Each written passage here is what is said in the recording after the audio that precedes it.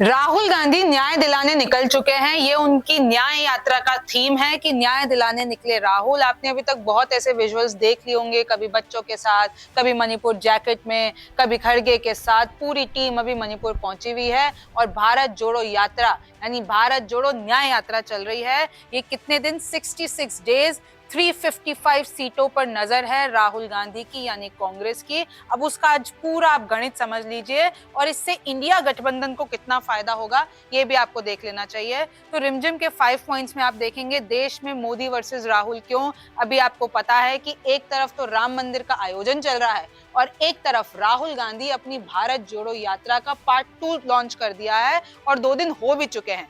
दूसरा है राहुल की यात्रा का चुनावी गणित क्या है, इसके पीछे कांग्रेस की रणनीति क्या है। तीसरा है इंडिया को कितना फायदा या नुकसान होगा। चौथा है बीजेपी ने कैसे दिया कांग्रेस को झटका। और पांचवा है कि राहुल की युवा टीम पर क्या असर पड़ रहा है। तो सबसे पहले तो अगर आप देखेंगे न्याय यात्रा का रूट देख लीजिए कि कैसे ये मणिपुर से स्टार्ट होके 15 राज्य हैं न्याय यात्रा में। राहुल गांधी की मणिपुर, नागालैंड, असम, मेघालय, बिहार, बंगाल, झारखंड, छत्तीसगढ़, उड़ीसा, उत्तर प्रदेश, मध्य प्रदेश, राजस्थान, गुजरात, महाराष्ट्र।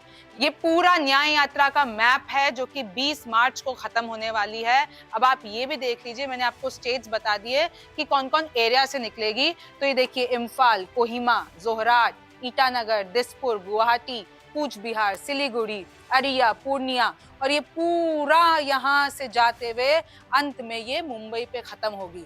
तो ये तो आपने देख लिया। और जिन जिन राज्यों में ये होने वाली है, जो बड़े राज्य हैं मणिपुर, नागालैंड, असम, अरुणाचल प्रदेश, मेघालय, पश्चिम बंगाल, बिहार, झारखंड, उड़ीसा, छत्तीसगढ़, उत्तर प्रदेश, मध्य प्रदेश, राजस्थान, गुजरात, महाराष्ट्र। तो अगर आप देखेंगे कि इधर पूरी डिटेल्स दी हुई हैं कि कैसे कैसे हर राज्य में कितने कितने किलोमीटर चलेंगे राहुल गांधी। इस बार पैदल और बस के साथ दोनों से ये यात्रा कर रहे हैं, तो 6700 किलोमीटर। और ये कितने कितने दिन रहेंगे, पूरे 66 डेज की यात्रा है यानी मार्च तक चलेगी। और कितने जिले कवर होंगे, 110 जिले कवर होंगे इस पूरी यात्रा में। सबसे पहला पॉइंट समझ लीजिए कि देश में अभी मोदी वर्सेस राहुल क्यों चल रहा है। तो आप सबको पता है कि एक तरफ पूरे इंटरनेट पे पूरे देश में माहौल है राम मंदिर आयोजन का, जो कि 22 जनवरी को होने वाला है। उसमें बीच में इतने विवाद आ रहे हैं, कभी शंकराचार्य विवाद, कभी प्राण प्रतिष्ठा के बारे में, कभी कोई कुछ कह रहा है। और दूसरी तरफ राहुल गांधी की भारत जोड़ो यात्रा चल रही है, वहां से लगातार विजुअल्स आ रहे हैं। और इसी बीच में मैं आपको ये लास्ट में बताऊंगी कि कैसे कांग्रेस से भी राम नगरी अयोध्या पहुंच गए हैं और वहां पर उनके साथ हिंसा हो जाती है, उनके झंडों को फाड़ा जाता है। और उधर जो कांग्रेस का डेलीगेशन पहुंचा है, उन्होंने आज डुबकी लगाई, उसका विजुअल आप ये सामने देख लीजिए। तो जैसे कि आपने देखा कि एक तरफ राम मंदिर आयोजन वाला माहौल चल रहा है, तो दूसरी तरफ राहुल गांधी अपनी यात्रा निकाल रहे हैं। भारत जोड़ो न्याय यात्रा इसका नाम है, मैं आपको पहले बता चुकी हूँ। 66 डेज, 6713 किलोमीटर, मणिपुर से मुंबई तक, 15 राज्य कवर, 355 सीटों पर तीर है राहुल गांधी का। 14 जनवरी को शुरू हुई थी, अब ये 20 मार्च तक चलेगी। और इसी बीच में राम मंदिर का जो पूरा आयोजन हो रहा है, आपको पता है कि कांग्रेस जाने से इनकार कर चुकी है, इंडिया गठबंधन भी जाने से इनकार कर चुका है। उनका ये कहना है कि 22 जनवरी को जो हो रहा है वो बीजेपी और आरएसएस का इवेंट है, तो हम नहीं जाएंगे। लेकिन हमको राम से कोई बैर नहीं है, इसलिए कांग्रेस डेलीगेशन भी वहां पर रामनगरी पहुंच गया है अयोध्या में। पहले ही 22 जनवरी से पहले ही कांग्रेस के बड़े नेता वहां पर पहुंच गए हैं। तो अभी देश में स्थिति ये चल रही है। अब दूसरा पॉइंट पे आ जाते हैं कि आखिर इस भारत जोड़ो न्याय यात्रा के पीछे चुनावी गणित क्या है। विजुअल्स तो आपने देख लिया होगा, भीड़ उमड़ रही है, माहौल बन रहा है, बच्चे, महिलाएं सब राहुल गांधी का स्वागत कर रही है, वहां पे पूरा माहौल बना हुआ है। लेकिन अगर इसके पीछे की चुनावी रणनीति देखेंगे, सीटों के मद्देनजर देखेंगे, तो देखिए मैंने आपके लिए पूरी टेबल तैयार की है कि मणिपुर से अगर ये स्टार्ट हुई, और आपको पता है मणिपुर ही वो राज्य है जिसको लेकर लगातार कांग्रेस बीजेपी पर आरोप लगाती रही है, यहाँ तक कि नो कॉन्फिडेंस मोशन भी लाना पड़ा था प्रधानमंत्री मोदी के खिलाफ कि मणिपुर में प्रधानमंत्री मोदी क्यों नहीं आते हैं। तो सबसे बेस्ट जगह थी कांग्रेस के लिए मणिपुर से यात्रा शुरुआत करना। अब देख लीजिए मणिपुर में 2 लोकसभा सीटें हैं, कांग्रेस और बीजेपी में सीधी टक्कर। अब मैं आपको थोड़ा पिछले चुनावों की गणित बताऊंगी ताकि आप 2024 का गणित समझ सके। तो इसमें अगर आप देखेंगे कि सीधी टक्कर थी और इसमें बीजेपी जीती थी। नागालैंड में 1 लोकसभा सीट, तो इसमें कोई भी नहीं, क्योंकि क्षेत्रीय पार्टी जीती थी। मेघालय में 2, असम में 14, बंगाल में 42, बिहार में 40, झारखंड में 14, छत्तीसगढ़ में 11, उड़ीसा में 21। ये सब मैं आपको लोकसभा सीटें बता रही हूँ। उत्तर प्रदेश में 80, मध्य प्रदेश में 29, राजस्थान में 25, गुजरात में 26, महाराष्ट्र में 48, यानी कुल 355 सीटें हैं यहाँ पर। और इसमें से आप गिनेंगे कि कांग्रेस पिछली बार कितनों में जीती थी और कितनी सीटें, तो ये 1, 2, 3, 4, 5, 6, 7 आप देखेंगे तो टोटल मिला के 7 सीटें जीती थी। और बीजेपी की टेबल देख लीजिए, 122 सीटें जीती थी। और कांग्रेस और बीजेपी में जहां सीधी टक्कर थी वो थी 129 सीट्स। तो ये था पुराने जो पिछले चुनाव हुए हैं उसका गणित। अब इसमें इस यात्रा के बाद इजाफा होता है कांग्रेस की तरफ से या फिर घट जाती है, वो तो वक्त बताएगा। जिन 14 राज्यों में राहुल गांधी यात्रा करेंगे वहां की कुल 355 लोकसभा सीटों में से कांग्रेस के पास सिर्फ 15 सांसद हैं। 2024 में 15 से बढ़कर ये संख्या 20 भी हो सकती है या फिर 10 भी हो सकती है, लेकिन कोई बहुत बड़ा बदलाव होता नहीं दिख रहा है। राष्ट्रीय स्तर पर की जाने वाली यात्राओं का फायदा छोटी यात्राओं की तुलना में कम मिलता है। राहुल गांधी की न्याय यात्रा जिन राज्यों से गुजरेगी उसमें छत्तीसगढ़, मध्य प्रदेश और राजस्थान में कांग्रेस को हाल ही में शिकस्त मिली है। 2024 में उड़ीसा और महाराष्ट्र के विधानसभा चुनाव होने हैं, पर उड़ीसा में नवीन पटनायक की पार्टी बीजू जनता दल का दबदबा इतना ज्यादा है कि सामने बीजेपी भी नहीं टिक पाती, तो कांग्रेस तो बहुत दूर की बात है। महाराष्ट्र में सिर्फ एक यात्रा से बीजेपी, शिंदे और अजीत पवार गुट का किला भेद पाना कांग्रेस के लिए कहीं ज्यादा मुश्किल होगा। भारत जोड़ो यात्रा के बाद कांग्रेस को सिर्फ कर्नाटक और तेलंगाना विधानसभा चुनाव में जीत मिली। न्याय यात्रा वाले 14 में से 6 राज्यों में कांग्रेस को पिछले चुनावों में 30% से ज्यादा वोट मिले थे। अब सवाल यही है कि क्या यात्रा से 2024 में वोट परसेंटेज और बढ़ेगा या फिर घट जाएगा। वो 6 राज्य हैं नागालैंड, मेघालय, छत्तीसगढ़, मध्य प्रदेश, राजस्थान और गुजरात।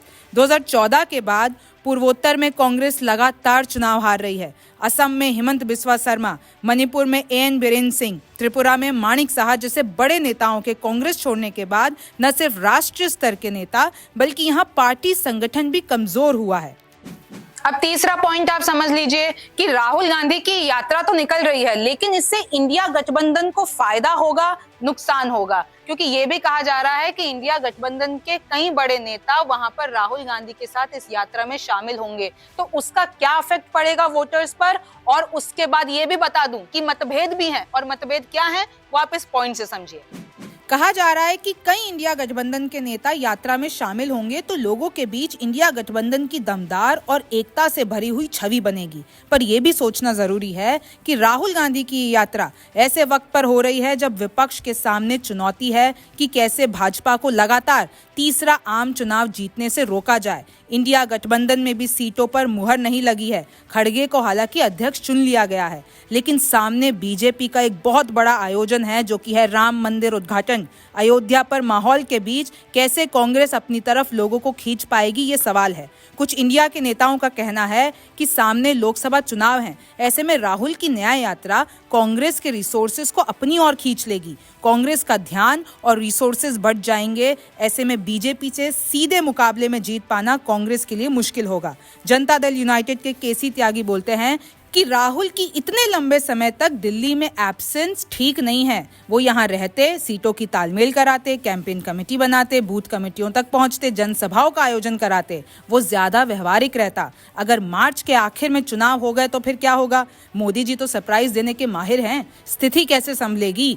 ये इंडिया गठबंधन की पदयात्रा होती तो और बेहतर होता, न कि सिर्फ अकेले कांग्रेस की। शरद पवार गुट सुप्रिया सुले को लगता है कि कांग्रेस प्रमुख मल्लिकार्जुन खड़गे की उपस्थिति के चलते कोई दिक्कत नहीं होनी चाहिए और जरूरत पड़ने पर राहुल गांधी फोन पर भी उपलब्ध रहेंगे।